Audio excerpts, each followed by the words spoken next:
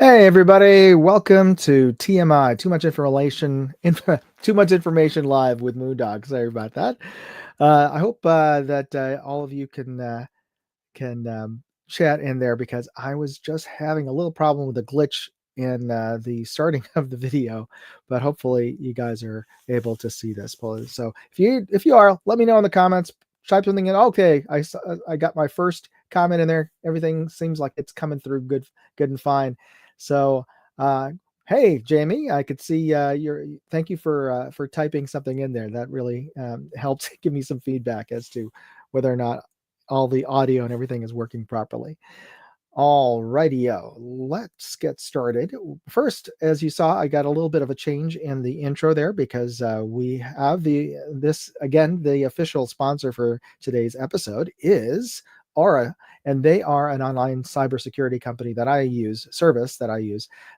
They're great because they bundle a lot of services that you would usually get separately with a number of different companies like NordVPN, Secure Safe, and a bunch of other companies. They bundle all these services together. Things like as I mentioned, a VPN, a virtual private network that keeps all your information encrypted and private when you're using public Wi-Fi. And they also bundle in spam blockers, fraud alerts, credit monitoring. They automatically give you $1 million of identity theft insurance when you use their service. And the biggest benefit to me was that not only do they block your spam, but the best blocking of spam is getting you off of these damn spam lists in the first place. And the way they do that, you can do that is by getting your name removed from these companies that sell your information. They're called data brokers, and there are hundreds of them online. And it's a laborious process to go track down all these companies and find out if they have your information, for one, and two, to formally request to have your information removed. Well, with Aura, you can just ask them to do it. You just fill in the forms as to the kind of information that your email and other information that the other folks, these data brokers would have on you, and you press a button, and bam, Aura has a data broker removal service. And I got myself removed from about 30 different data brokers. And here's the thing: you can try them for free. You can try all these services out for free for 14 days. Use my link that you see here, and I'm going to type it in again here. Try them out for 14 days for free, and let me know how it's working for you. And just use this link and you can get that free trial. And of course, you're helping to support this channel, so I appreciate you doing that. All right.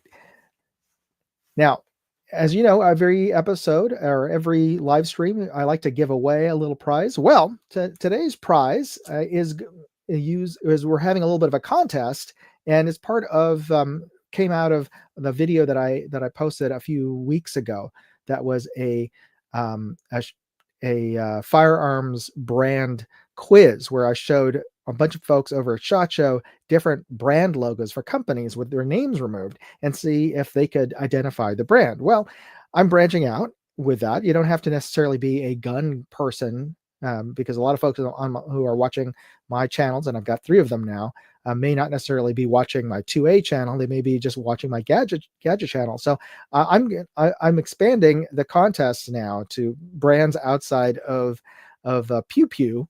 And here's the first one of those, or at least last week actually was the first one that was a non-gun brand. Here's a brand that I think many of you may be familiar with, but you may not know their actual logo symbol. You're probably more familiar with the words that they use on their signage. So here's the brand. Here's their logo, and you just need to type in the hashtag symbol and the name of the brand. You make sure to use a capital letter for the first name. But I'm going to be giving away we're going to be the chat software is going to be finding everybody who has the correct answer to the brand name there. And we're going to be pulling winners for this contest. The winners are going to get a Palmetto State Armory patch. There we go. Focused.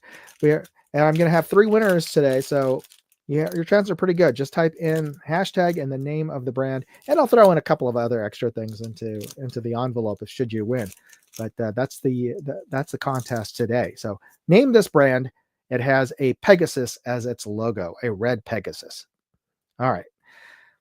let's get on to our new videos for this week. And I wanted to share with you on this channel. I share a lot of the things that I find interesting that I find on the web, and also share with you some of the videos that I have produced and published this week. And one of them um, is a falling plates match. And if you're not familiar with them, NRA falling plates matches are, well, kind of the name implies, you're shooting down plates and making them fall. And in this case, the rules are you have 6 steel plates, and from various distances, each of the stages have you go back 5 yards, and you have a fixed amount of time to shoot down those steel plates, and also a fixed amount of ammunition. It actually comes from revolver. Um, the history of it comes from pistol shooting, and the reason why the limitations are to allow people with revolvers to compete equally with other folks. So you have 6 shots and you have 6 plates, and you have to knock all of them down. And we start at I believe it's 30 yards, and you have 10 seconds to knock down all the plates. And in this particular match, it was a rifle match, and we started at 30 yards. The pistol matches start much closer, obviously. Though I know some folks who can easily shoot a 6-inch plate from 30 yards. More power to them. But for the rifle match, we start at 30 yards and we go out to 50 yards. So every stage we go back 5 yards. And I competed in one of the monthly matches that we have at our range, and I filmed myself shooting at it. And in a few months, I think it was a month or two ago, I competed in a similar match, and I was using, actually, more than a few months ago, I was using a budget LPVO from Discovery, an EDAR, which is one of the only affordable LPVOs with a parallax focus, and it's a first focal plane. It's almost like a regular scope, but it can go down to 1 power. And I did pretty good up until the very end. And I think I attributed it to the fact that I was not used to the first focal plane reticle and shooting with it and upping the magnification. For most of the match, I shot at 1 power, and then for the last stage, I upped the magnification to 3 power, thinking, we're getting pretty far away, and I needed to get a little finer look at those steel plates, and it kind of threw me off how the reticle changed. And I've been shooting a bit with that particular optic a bit more since then, so I've gotten a little more used to how it looks and its aim point. So I thought I'd do a better job this time, and so I posted up the video of the match. I didn't come in first place, unfortunately. I came in 4th place, kind of tied with 4th place, but came in 4th place instead of 3rd place because I forget the particular rules are that I believe it has to do with the number of hits on the last round. There was some sort of rule that it wasn't necessarily a tie. So the person who tied me for the overall score actually got the 3rd place instead of me. We didn't tie for 3rd, but in any case, I wanted to share a short. I've cut down the whole match video into various shorts that I'm posting up through this week, and I wanted to share one of the stages with you right now.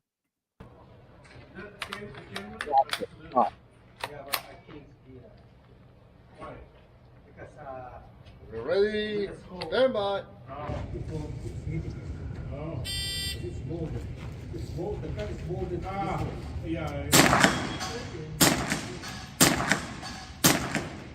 Oh, yep. That was bad because I really should have slowed down. I had plenty of time. You hear that beep? I had like 5 more seconds. I should have really slowed down and taken my time with that.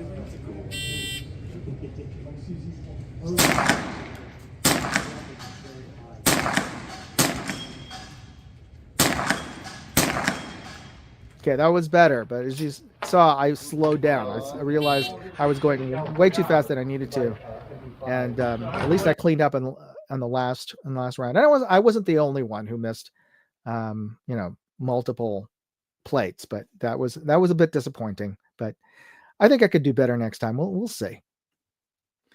All right, I wanted to call out some of the folks who've already joined early. We have Jamie JH586. We got Missouri Tactical Motac. How are you? And we got Rebel 67 Rebel. How are you? Thanks for joining us. All right, so 67 Rebel. I don't know if you saw the video, but we'll give you another clue later on. We've got a hashtag contest that's going on, so you just have to type in the name of a brand. Oh, and we have Boomstick out there, Fuku YT. Thanks for joining us. Okay, and on my Moondog gadget channel, my Moondog reviews channel, I posted up a first look at a tracking scope. And what is a tracking scope? Well, it's kind of like a spotting scope, but with a difference. This one is an interesting concept that March showed off at SHOT Show. And this is a spotting scope that is based off of their 80 power. That's right, 80 power rifle scope, and which, in terms of the main mechanics and the optics of it, it's essentially their 80 power scope, and also has a reticle in it, but it has some different. It doesn't have the turrets, obviously, but it also has a very unusual sort of mounting system. It's got a pivoting sort of a ball joint in the center of the body, in center of the tube. That in turn has an Arca Swiss foot that attaches onto your tripod. Here, I'll show you what I'm talking about here. I'm just going to show you part of the overall video, and you can watch the whole video on my channel, but here we go. What makes this one different? Okay, so we have Gary Hi. from March Scopes Europe today, so he will run through. Okay, so this isn't just a conventional spotting scope. It may look it, and it's got 80 times magnification, which isn't conventional, and it also has the scope reticle inside it, which will be available in a choice of reticles to match our existing Magesta. Perfect. So guys can replicate their rifle scope with a spotting scope, which has all sorts of different applications. But the unique thing about this, it's called a tracking scope for a reason. So if we just do this.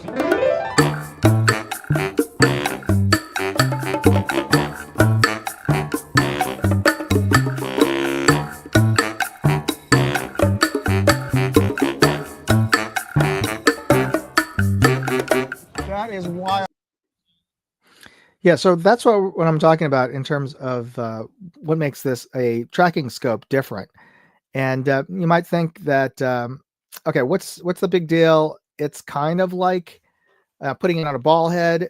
No, not exactly. If anybody's actually used a ball head to try to while the ball head is loose or loose enough and move things around, you really have to have a strong clasp on the plane that you're on, because if you don't have a firm grip on the ball head, once you let go a little bit, it will flop over just to gravity. So it's a little bit harder to track on a plane with a ball head. Now, as you notice, this thing actually is on a ball head as well, so you do have the ability to at least get it into the rough position you want it. But what's great about the little sort of ball gadget pivot point on this tracking scope is it really does. It's a lot easier to manipulate when you're trying to like track moving wildlife, or if you're trying to hit different stages, like in the falling plates match I was doing. If you're hitting different targets at different locations along a similar plane, it's much easier to use that kind of ball joint, or at least that kind of the mounting system. I thought that was actually a pretty clever solution. Now, some would say it is a solution looking for a problem, but I think for those who have a need for moving to different targets at high magnification, this is actually, I wish a lot of other scopes had this kind of mounting system, and maybe they will. I don't know, but this is, in a sense, this is actually a prototype. They're not rolling it out yet, but if there's enough interest in a tracking scope, they'll roll it out sooner than later. So, and we have somebody else joining us. We got Tim Mooney. Thanks for joining us. All right. And on my Moondog Go channel, I published a video on this 240 watt travel charger. And what I found to be very useful for this is that the 100 watt port on this thing actually did output 100 watts, which is more than enough that I needed for my laptop to run my laptop. Plus, it has 7 additional ports. That's a lot. 7 additional USB-C high output ports, ranging anywhere between 40 watts to 20 watts per port. And you can charge other devices. And if you have a family, you will probably love this thing, because with all the gadgets you have, with your phone, your tablet, your laptop, if you are sort of a business or sort of a modern traveler, this thing is a real godsend in terms of traveling. Especially when we're just stopping at the gate and waiting for our flight, to be able to plug this into one outlet, and then everybody in the family gathered around me and plugged their various devices into this charger while I was working. Yeah, that was so much easier than everybody trying to pull out their chargers and adapters and trying to find, well, how are we going to fit into the 2 outlets that are there. So this was really useful and practical. So by the way, there is an opportunity for you guys to win this travel charger, and you can go, I'll post a link. There's a contest on my website, and that's going to be actually next month's contest, but I'm going to start it now. So for everybody who you could enter now, I'll put the link in here right now. You can enter the contest, and all you have to do is subscribe to my travel channel, Moondog Go, and I'll post a link to Moondog Go. By the way, be sure to hit that like button and the subscribe button right now for whatever channel you're watching this on, whether you're watching this on Moondog 2A, Moondog Reviews, or Moondog Go. But especially if you haven't already subscribed to Moondog Go, go there right now and just posted a link and hit that subscribe button and take a screenshot, because that's really all you need to do to enter this contest is to post me a screenshot to show that you've subscribed, and you'll be entered into this contest. And the contest is running from now through March, and we'll be pulling a winner for this travel charger at the end of March. And there's another contest that's running concurrently. It's already started, and it will be ending at the end of this month, but I'll get into that later in this show. Oh, I should show you just a little short on this travel charger, just to show you that I really did test this thing. This is the multi-cell 240 watt multi-port adapter, and I have it plugged into my MacBook Pro. And we are drawing we're looking at the yellow numbers here, 90 watts of power on a mostly drained battery here on the laptop, which is pretty darn good, because that is what this laptop usually draws in its maximum. In fact, the factory charger that comes with this, I believe, is only rated to about 97 or 96 watts. So this is pretty much drawing near its maximum. And that's really what I am looking to get out of this power adapter, is enough power to power and recharge my laptop. And if you have a modern high-performance laptop like my MacBook Pro, which I use actually to do this live stream and all of my video editing, it is a huge power suck in terms of the amount of electricity you need to power and recharge this thing. So I do need a high output charger. And I don't know if you've ever tested any of these multi chargers that they sell. Then oftentimes you'll buy them and they'll advertise, oh, it's 65 watts or whatever you need, or whatever it's saying. And let's say you have your laptop is requires a 60 watt charger. Well, oftentimes when they say 65 watts and it's a multi-port, they're adding all of the ports together to get that 65 watts. And the maximum that I can actually output is maybe 20 watts, or maybe it's 30 watts, but far lower than you'd need to actually fully recharge or quickly recharge your device. And oftentimes even if they claim that it's a 40 watt port, it's not, they're just not, it's not really a 40 watt port, because it's really not outputting that much.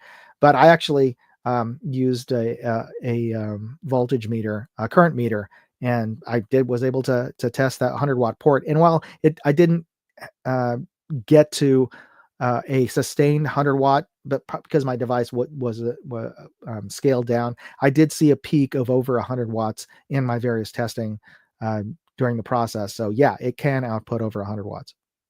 Okay. So you saw all these are the videos that are posted this week, and I wanted to get your input, folks, on a new video that I'll be publishing next week. And this is from Bear Creek Arsenal. And what I'm going to be posting a video of is what this gentleman is holding. And if you look at it closely, you'll notice, yeah, he's holding an AR, but take a look at that a little bit closer. See if you can see anybody in the side chat can notice anything different about this AR.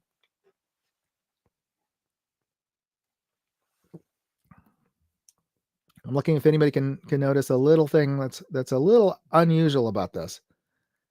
If you look, there we go. Tim Mooney saw it there. The handle, yes, this is a bolt action upper. That's right, it's a bolt action upper. And it's not just for folks who live in commie states like I do. No, but it's for folks who, let's say you like your AR, you like your AR platform and your ergonomics, and you just want a bolt gun to go hunting. And let's say you live in a state where you're required to use a straight wall cartridge to go deer hunting. Now you don't, we probably do have a hunting rifle, but let's say you don't. Let's say you have a friend who you want to bring out. You can just get this upper and slap it onto your AR and you're good to go. So I'm going to be posting a booth video about this bolt action upper. And to Tim's point, 350 Legend, yeah, that's one of they're rolling out with two different cartridges, 350 Legend, and I'm forgetting the other one. But both of them are straight wall cartridges.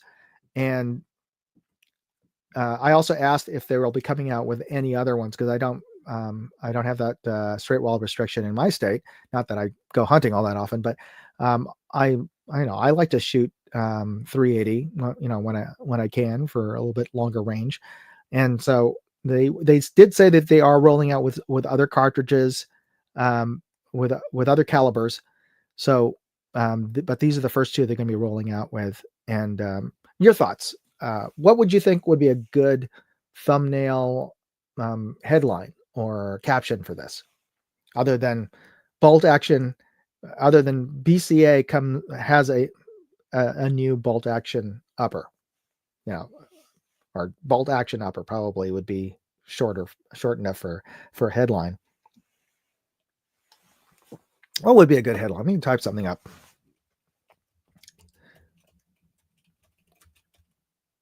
There we go. So that would probably be what I would write as the headline for that. And to Tim's point, you can swap barrels and use a dummy gas block to cover the gas port. Yeah. So Tim knows about this. So this is probably what I would write as a headline for this caption. Actually, that would be a good caption. All right. Anybody else have an idea for a good caption for that photo? If not, we'll move on.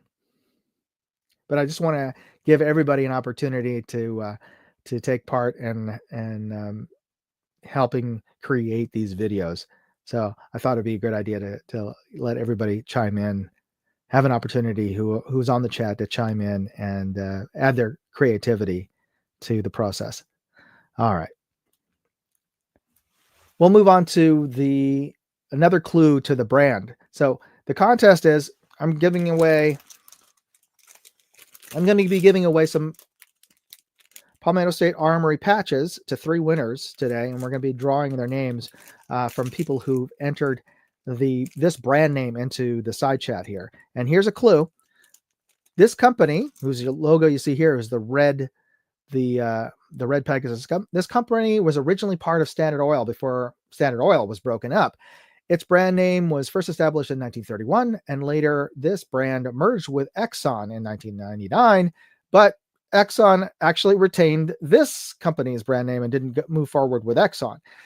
because I get this company, hashtag company, had a much bigger brand presence and awareness among everybody. So if you know what this brand is, type in hashtag and the brand's name in the side chat, and you'll be entered into the contest to win a Palmetto State Armory patch, which I'll send out to everybody. And unlike some of my previous contests, if you aren't in the US, I will mail this out to you, because this is not a problem to put it into an envelope and mail out to elsewhere in the world with just a few stamps. So no problem. Okay. Well, the word of the week. Let's move on to the word of the week, and that is Ghibli. Now, if you don't know the word, it actually has a meaning. It means desert wind in Arabic, and specifically Libyan Arabic. But for most of us, we know that word because it's the name of a Japanese anime production company called Studio Ghibli, or as they pronounce it, Studio Ghibli. And it was founded in 1985 by Hayao Miyazaki, Isao Takahata, and producer Toshio Suzuki. And this is what we're going to be talking about in Down the Rabbit Hole this week, because for whatever reason, I'm a huge Studio Ghibli fan. I probably would have picked this topic anyway, but I don't know if it's in the algorithm or for whatever reason, but a bunch of different video essays were popping up in my suggestion feed. And so I thought I would share that with y'all. And for those of you who have kids or grandkids, you probably have seen some of their movies. But as I mentioned, I must be what I've been either listening to or watching. I haven't been watching I don't think I've been watching any Studio Ghibli films recently. Oh, that's untrue. I did watch The Boy and the Heron, which is their newest film, a few weeks ago, but it's not super recent. I've been watching a lot more other animes and animated cartoons more recently. So it was odd, but useful and educational for me that the YouTube algorithm was suggesting all these videos. And I put up some thumbnails of some of the video essays that were suggested to me. The immersive realism of Studio Ghibli, mental health, burnout, and inspiration, anti-work symbolism in Spirited Away, life is tough, but so are you. And these are all really nice, really great, well-written and thought through video essays that these different creators out there were writing about various Ghibli films or a specific film. And I was just struck by how many folks out there write or create these essays about Studio Ghibli. It's very influential, much more influential in a lot of people's lives than I would have thought or given it credit. But it just is, I guess, a testament to how impactful the movies that Studio Ghibli create have been to many folks. So I thought I would share some of the movies that I've watched and I've liked, for those of you who either have watched them or maybe give you some interest in watching them. I'd like to ask, though, just to start with, in the side chat to the folks who are out there, what is your favorite Studio Ghibli film, if you have one, or if you or let us know if you don't even know what I'm talking about, if you've never even heard of a Studio Ghibli film or don't understand the anime in general. I would like to know as well. So let's start. The first one I would like to recommend is my favorite, which is Kiki's Delivery Service. And it is an animated film about a young witch. I think she just turned 13, and just her story in this world, which is kind of set in this sort of fictional Europe. It's kind of a hodgepodge. I don't know if it feels a little German or Bavarian in some of its architecture, but also with the seaside, it feels somewhat like maybe Adriatic or Northern Italian in ways, because there's a there's areas that are next to the ocean, or maybe I guess northern Germany also has seaside towns like that as well. But it is a beautifully animated film, and all Studio Ghibli films are animated, but this one is just very sweet. It's a wonderful story of this 13-year-old witch who, in their tradition, at the age of 13, all witches have to go leave and sort of do a mission. Would be, I guess, the equivalent in if you were like a Mormon, but basically they have to go travel to another town and offer their services as a witch, where and depending on their talent, whether it's to create potions or to create charms. And try not to be a spoiler here, but Kiki and her familiar cat Gigi. Kiki doesn't know what her particular talent is, and she kind of discovers it along the way. And it's just a very heartwarming story, and she makes friends and in this town. It's just a great story. And the reason why it's my favorite, it's one of the um, it's a film that I could just watch on repeat forever. And I haven't so I've seen it probably 30, 40 times, and I still don't get bored watching it. And it's just super, super sweet. And I really fell in love with Kiki. It made me want to. It really was a film that made me want to have a daughter. And I was happy that I have my oldest is a girl, and it really I and when I first saw it before I think before I even got married, I was like, you know what? I think I wouldn't mind having a baby girl, a daughter, if she grew up like Kiki. So yeah, I have a warm spot in my heart. I wish. I hope everybody gets a chance to see this. Even if you have grandkids, put this on streaming. I had it on DVD. I showed my kids this when I was a kid, or when they were kids, and this is also all of them like it. So the next film that I would recommend of theirs is My Neighbor Totoro, which is one I think came out in 1988. So this one an older film of theirs, and it is probably the most Ghibli. It is the film that they use, that has become their symbol, much in the way Mickey Mouse is the symbol of Disney and Disney films. This character, which is called Totoro, which is this giant sort of fuzzy thing that you see here on the right, he's a wood or tree spirit, and he's become the symbol of Studio Ghibli. And it's another heartwarming film. One of the hallmarks of Studio Ghibli is its primary director, Miyazaki, Hayao Miyazaki. Most of the film's main characters are strong young women, are girls.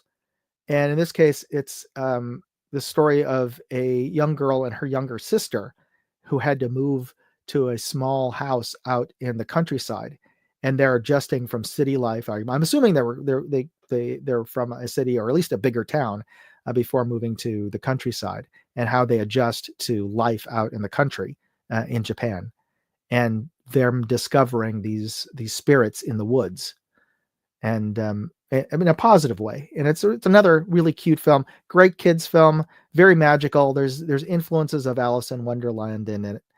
And here's I got a comment from Tim Mooney.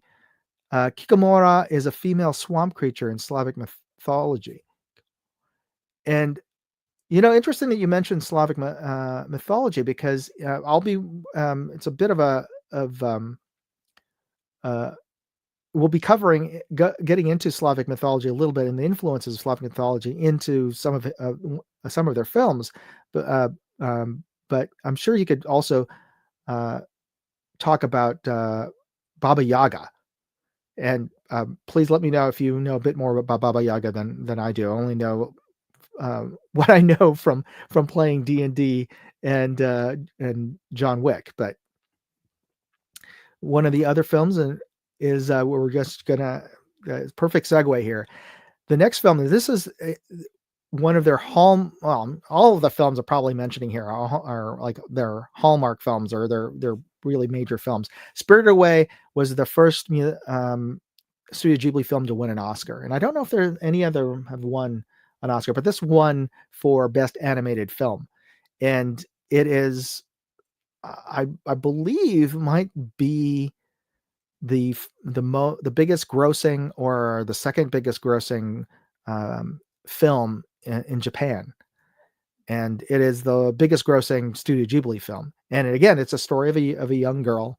I think she's 10, and how she stumbles into the world of traditional Japanese spirits and folklore with her parents, and has to rescue her parents who get well, I won't spoil it for her. No spoilers here, but her parents get trapped in the spirit world. They stumble into it, and and she has to rescue them. And just her adventures in this world of traditional Japanese spirits and folklore. It's really magical. It is amazing world building, and one of the characters in it, who functions essentially as the antagonist, the bad guy. Not, but you find out kind of later, not really, but the closest thing to a bad guy um, in this film. She is, I think, very strongly based off of Baba Yaga, which is a Slavic mythology of this the forest witch, or the wooded witch, and there's references to her in the John Wick um, movies. She's because John Wick is the Baba Yaga killer. He's the person that you hire to kill Baba Yaga, because Baba Yaga is such a powerful witch who can steal souls and all these other things in Slavic folklore. So there's a character in here that that is very much based on her, from what I understand. But another great film that you should definitely go see. And a lot of the Studio Ghibli films are actually based off of books, and this one, I believe, is an English book called Howl's Moving Castle. And I could be wrong about that. Please correct me in the side chat or in the post later. Here's Tamuni chiming in. Baba Yaga is afraid of John Wick, hiding in her closet. Well, interesting thing about Baba Yaga, and there's also little influences of Baba Yaga here. Baba Yaga lives in a hut in the woods, and the hut can move. It has chicken legs, giant chicken legs, that the hut travels around in the woods. And here there's a story of a wizard named Howl, and he lives in a house that has legs, and it moves around the countryside, and he travels between different through the mountains, and is seen in different countries in this fictional world.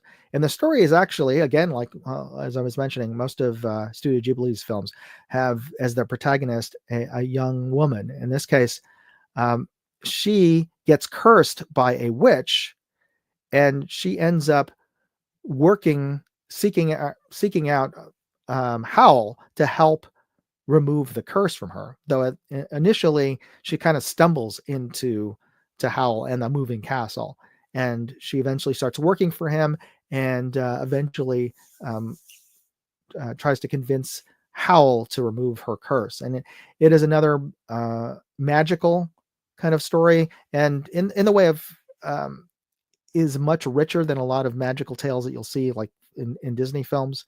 And this particular poster that you're seeing here is sort of an abstraction, because this is not the animation style of the actual anime, but it's still a great story. It's a wonderful fairy tale, but it's told in a very mature and adult way, not like a lot of kids' fairy tales.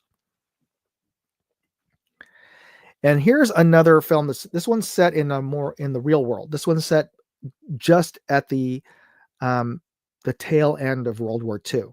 And this one I include on here because this film was the first film that made me cry. It is so freaking sad and heartbreaking. And they created this anime in a very realistic way. So it's a story about these two orphans who are orphaned after an Allied firebombing of their city, and they're trying to survive. First with trying to find relatives in another their closest relatives in a nearby town, and then eventually trying to survive on their own. It's this young boy and who's trying to care for his baby sister. And yeah, I recommend it as a film if you want to see how great animation can be uh, in telling a real story and realism. But I don't necessarily recommend people go see it because it was so sad. Uh, yeah, I don't think I'll ever want to see it again because it was that heartbreaking. It's like going, it's as, it to me was even more heartbreaking than like watching Schindler's List or something like that. It was that sad. And what an interesting story, as I heard, is that this came out in 1988, which was the same year that they released My Neighbor Totoro, and some theaters showed it as a double feature. And unfortunately, some of those showed Grave of the Fireflies first. So the kids and the families, the families hoping to see a cute, heartwarming family film ended up having to sit through Grave of the Fireflies. So that must have been a huge downer, if you can imagine that. Yeah. Um, we have a comment here from Ruber USA. Japanese are always good in showing emotion in scenic works since they cannot express it in regular life. This is true, and this is not a dig on on Japanese people or Japanese culture. It's just culturally, it's not considered proper to show your emotions publicly. And not a lot, actually, it's probably in many other Asian cultures as well. It's just people that it shows a lack of control. When you're weeping or even laughing out loud. That's why you'll always see, either in movies or even in real life, if you see a Japanese girl who'll laugh, she'll cover her mouth because she doesn't want to show that she's smiling and laughing, that she doesn't have control. So that if you very good point there.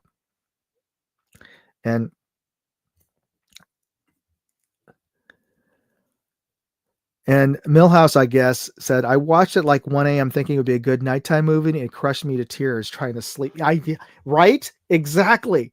I haven't seen an animated film this sad ever, and I don't think I want to. This was, yeah. So I only mentioned it here because it was such a strong and impactful film. I don't necessarily recommend seeing this film unless you really are hardcore about animation or cinema. In that case, definitely see this at least once, just to show the ability, the ability of animation to show emotional depth. Now, at the totally opposite end of this would be Ponyo, which is one of the more recent films. And I think they're one of their more childish films. And I don't say childlike. I think it's this is in much of this way that a lot of animated films are considered by many to be, just children's fare or a kiddie film. I found Ponyo to be somewhat indicative of that kind of a film. It's certainly a much more sophisticated, a much more mature subtext and symbolism than your typical animated film, typical, like, Minions or whatever. But not one of my favorite Studio Ghibli films, just because I found a lot of the tropes to be somewhat covered in better in some of their other films. But I mention it here because it was one of the more recent films, and it was voiced by quite a few celebrities. Liam Neeson is a voice in this animated film, at least in the American dub.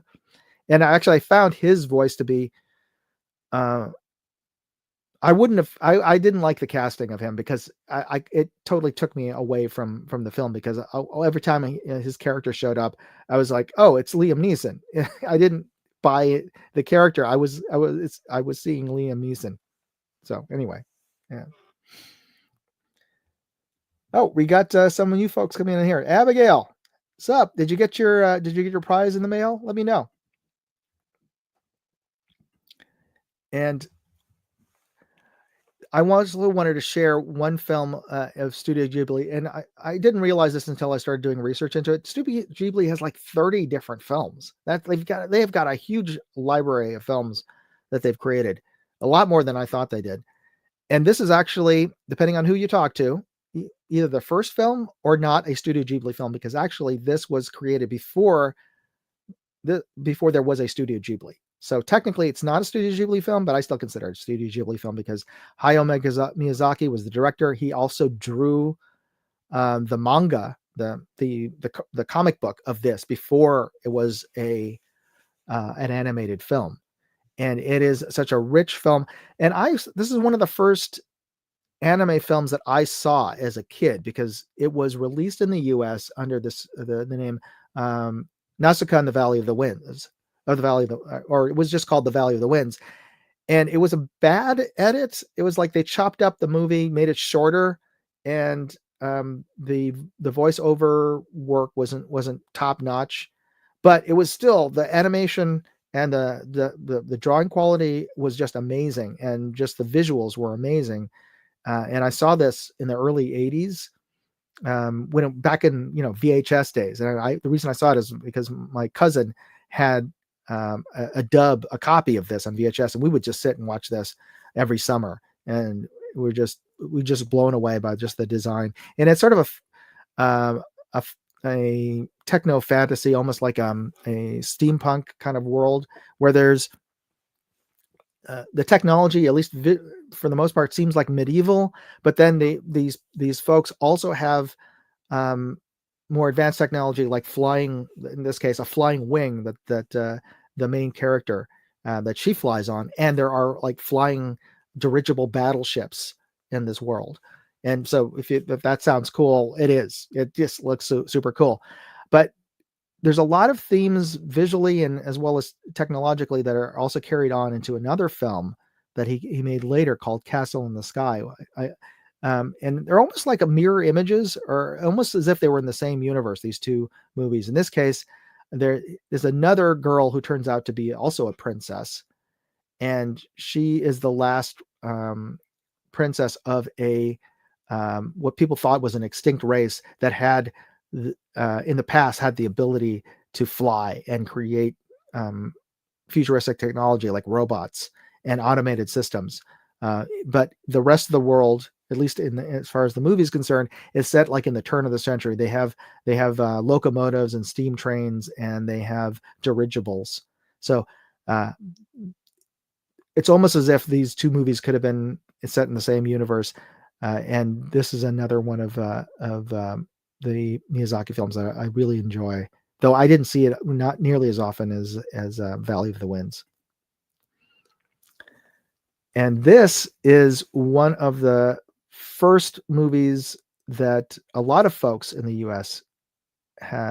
was first made aware of, because I think this was one of the first releases through Disney. John Lasseter, who was the creative director of Pixar, and later hired when Disney bought Pixar from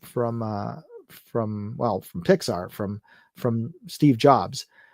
They tapped Lasseter to be creative director of Disney before the woke mob kicked him out for being too huggy and touchy feely, and allegations that probably are ridiculous or unfounded. But anyway, we can go into Disney. Maybe I'll do another thing on Disney some other time.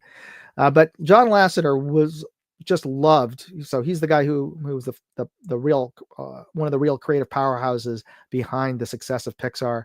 He was the director of Toy Story, Bug's Life, all the great Pixar films.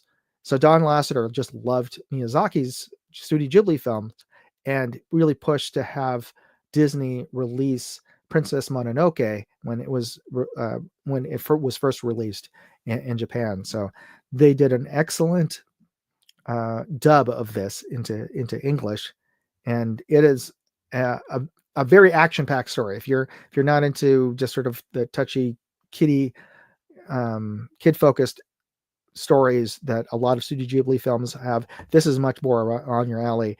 it's a story of nature versus man, and there's almost like no villains. It's like so the humans are trying to build into the forests, and but the humans are somewhat of the villains, but they're not, because they're just trying to get by. They're trying to you know they're they're trying to make a living for themselves. If they don't cut down the forest and uh, build the industry, they can't feed themselves. So they're it's just a struggle. And then because they're cutting into the forest, they're also violating the forest spirits, and the forest spirits are fighting back. It's a really cool anime in that aspect, and just really well animated. Yeah, there we go. Millhouse, I guess, says the blood in that movie is worth it alone. Yeah, it is. It is not a kid's cartoon. The amount of fighting, blood, and gore, it's very visceral. So this is a hardcore action film in a way, much in the same way of like Gladiator. So it's almost like the Studio Ghibli, if they created Gladiator, will look kind of like this. And this is talking about strange. This is a rare film, a rare Studio Ghibli film, and I'd seen this posters for this film growing up, but I'd never seen it, and it was never released into the U.S. until later on, when it came out on when Disney started re-releasing older Studio Ghibli films on DVD and Blu-ray. But finally got to see this. It is, if you love vintage planes, from biplanes and early aviation, this is a movie you got to see. Along with it, there's also The Wind Also Rises, which is the fictionalized story of the man who designed the Mitsubishi Zero.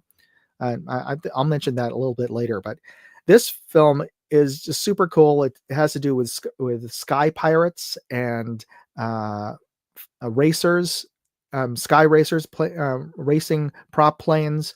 It's very fantastical. But it's also very well grounded in sort of realism. In terms of fantastical, the main character is a human, but for whatever reason gets cursed and is been transformed into has a pig head, literally a pig's head. But despite that, somehow they managed to just pull it off. The fact that he's a pig, and everybody mentions that he looks like a pig and that he's got a pig's head, but pig-headed. I think it's just sort of as if you take that term and made it literal. This is a film about a sky racer named Porco Rosso. And I know we're getting towards the end of the night, but I just wanted to touch on a few more things before we jump off at the end of this show. And hopefully I haven't bored you guys too much or totally lost you. But this is one I just need to mention, just because it is so strange and weird and very Japanese. And I just want to make sure I pronounce this correctly, because it does have a Japanese name. It is Pompoko, and it is Tomonaki, I think is the word. So this anime is called Pompoko, and it's about the Japanese folklore of these Tonokos. I think that's the word, how they pronounce the Japanese badgers. They're not technically the same badgers that we have in the US, but they kind of look like them, kind of like a half between a badger and a raccoon. And you'll see these sometimes in these little sculptures of these badgers at Japanese restaurants and stuff. And then they play a big they're an animal in Japanese folklore. And what these are is they are like kind of a cross between. It's as if leprechauns took the form of badgers, and they function in that similar way. They get into mischief, and they have their own little world. They do things, and sometimes they interact with people in Japanese folklore.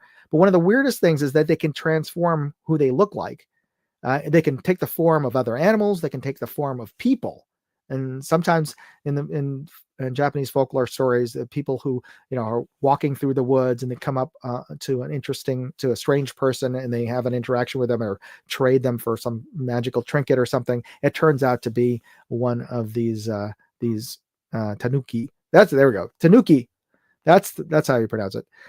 Ruber, shape-changing yokai, and yokai are kind of spirits, ghosts. But so tanuki, how they change is this is the thing that makes this kind of unusual. It's using their scrotums. Yes, it's their scrotums. They take their scrotums and they stretch them out, and they form clothing and other things that look like objects. I kid you not. That's apparently yeah. And if you look at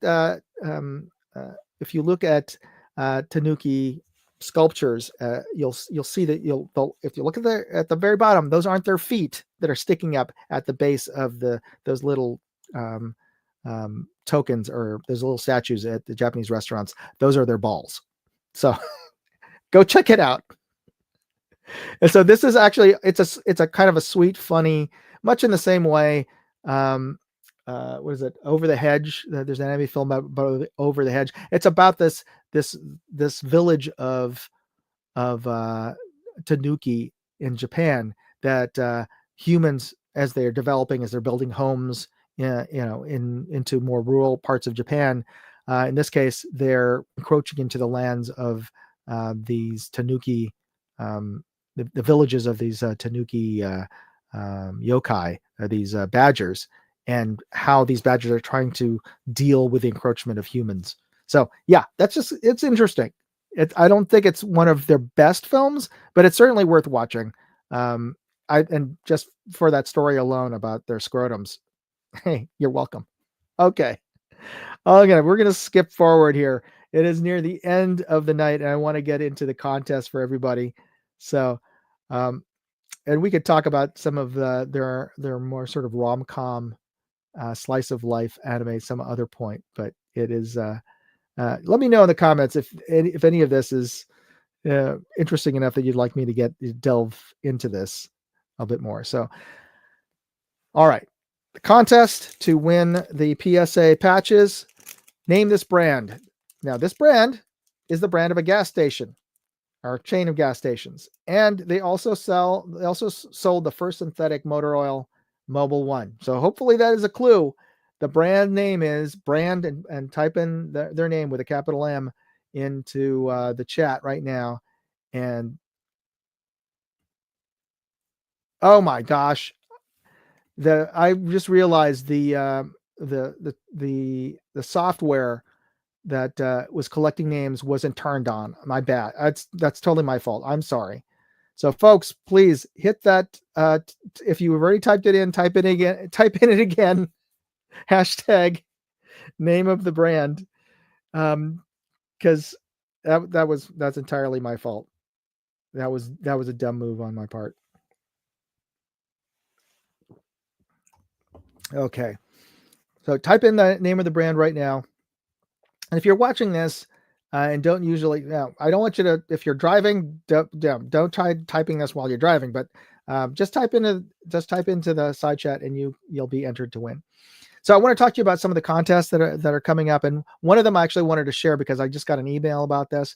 I'm not being sponsored by 511, and I'm not being sponsored by Amazon Prime's Reacher series, though I wish I was. If you guys haven't seen this, if you have Amazon Prime, check out this series. It is pretty badass. He's a great character.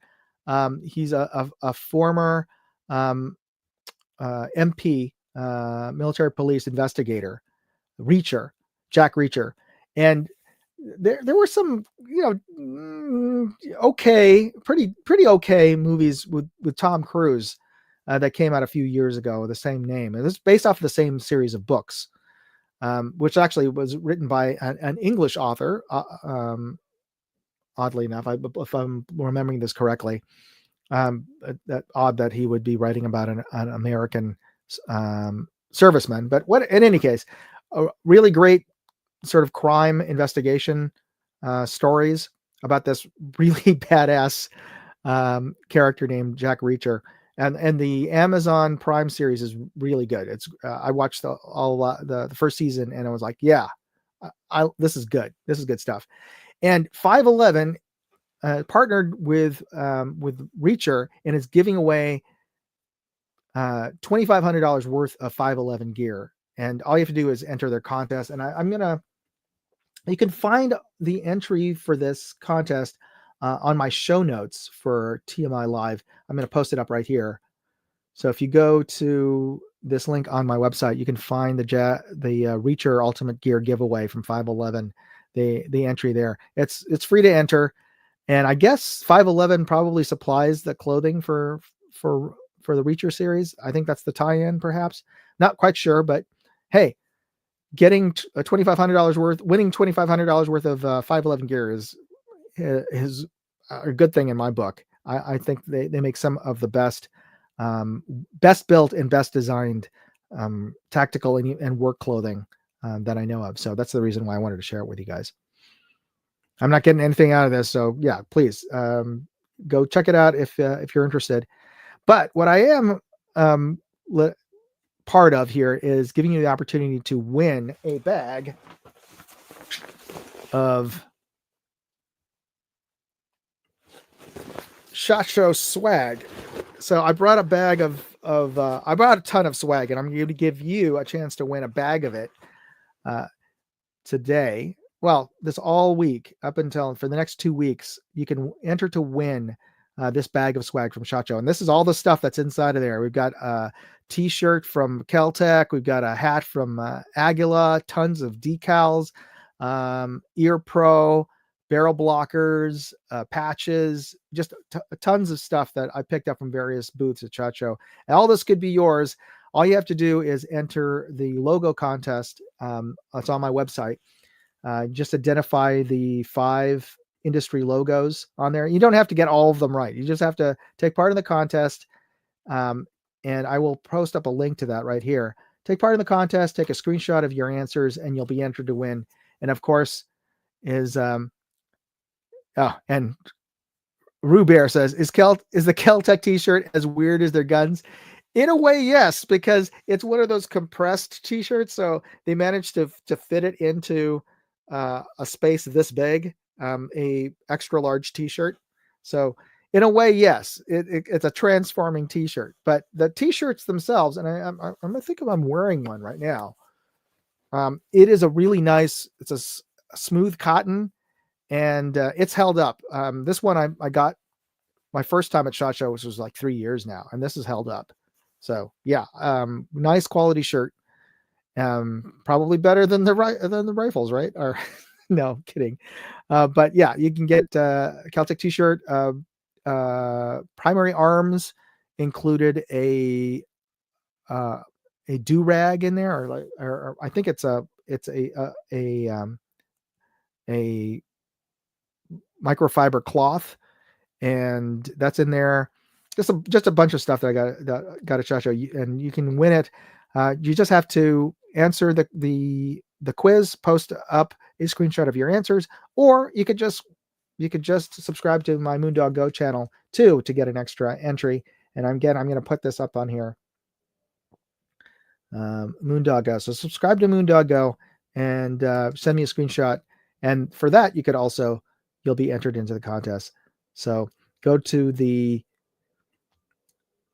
SHOT Show bag contest. I'm going to post the link here. So this is where you would upload your screenshots and fill out the form to enter the contest. And as I mentioned earlier, I'm also starting today. You have an opportunity to also win the multi travel charger, the 240 watt, and that's if you combine all of the maximum output of all the ports. But the most important thing to remember is your main port outputs 100 watts, so that's a lot. So your main port on this great travel charger, I use it at SHOT Show, and yeah, I was so happy that I brought this thing. So great travel charger. You get a chance to win this. Again, to enter, all you have to do is subscribe to Moondog Go, and I will post here's the link, the direct link to the travel charger contest, because it's a different page to upload those screenshots for this. All right. So I believe everybody got their hashtags in. And I'm going to spin to win. So hopefully all of you have got your hashtags in. Let's see here. Share the screen with the giveaway tool. All right. Well, this is going to be very easy. Basically, I've got 3 entries, and I'm sure we had more, but I stupidly did not activated the entry. So for the folks who were on earlier on the show and put their entries, sorry about that. But here we go. And the 3 winners are going to be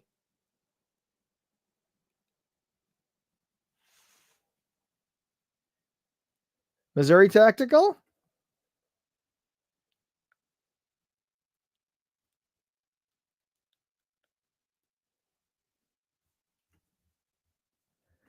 Millhouse, and the last winner, as I saw on there, was JH586. So JH586, Motac, and Millhouse, I guess, please send me an email, and I'm going to put up my, let's see, here we go.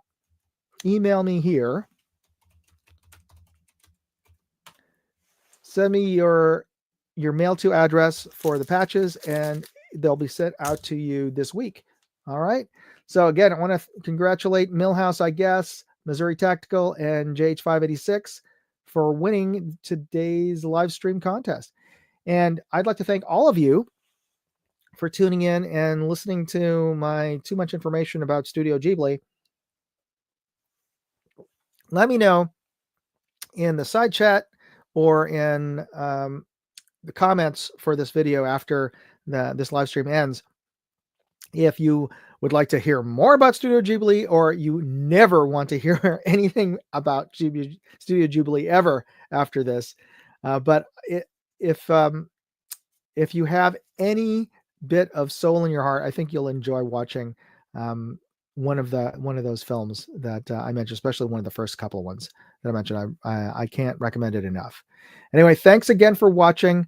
I really appreciate you joining the side chat, and I hope you can join me again next week about this time. It should be 3 p.m. Pacific, 6 p.m. Eastern, and all the time zones in between for the next live stream.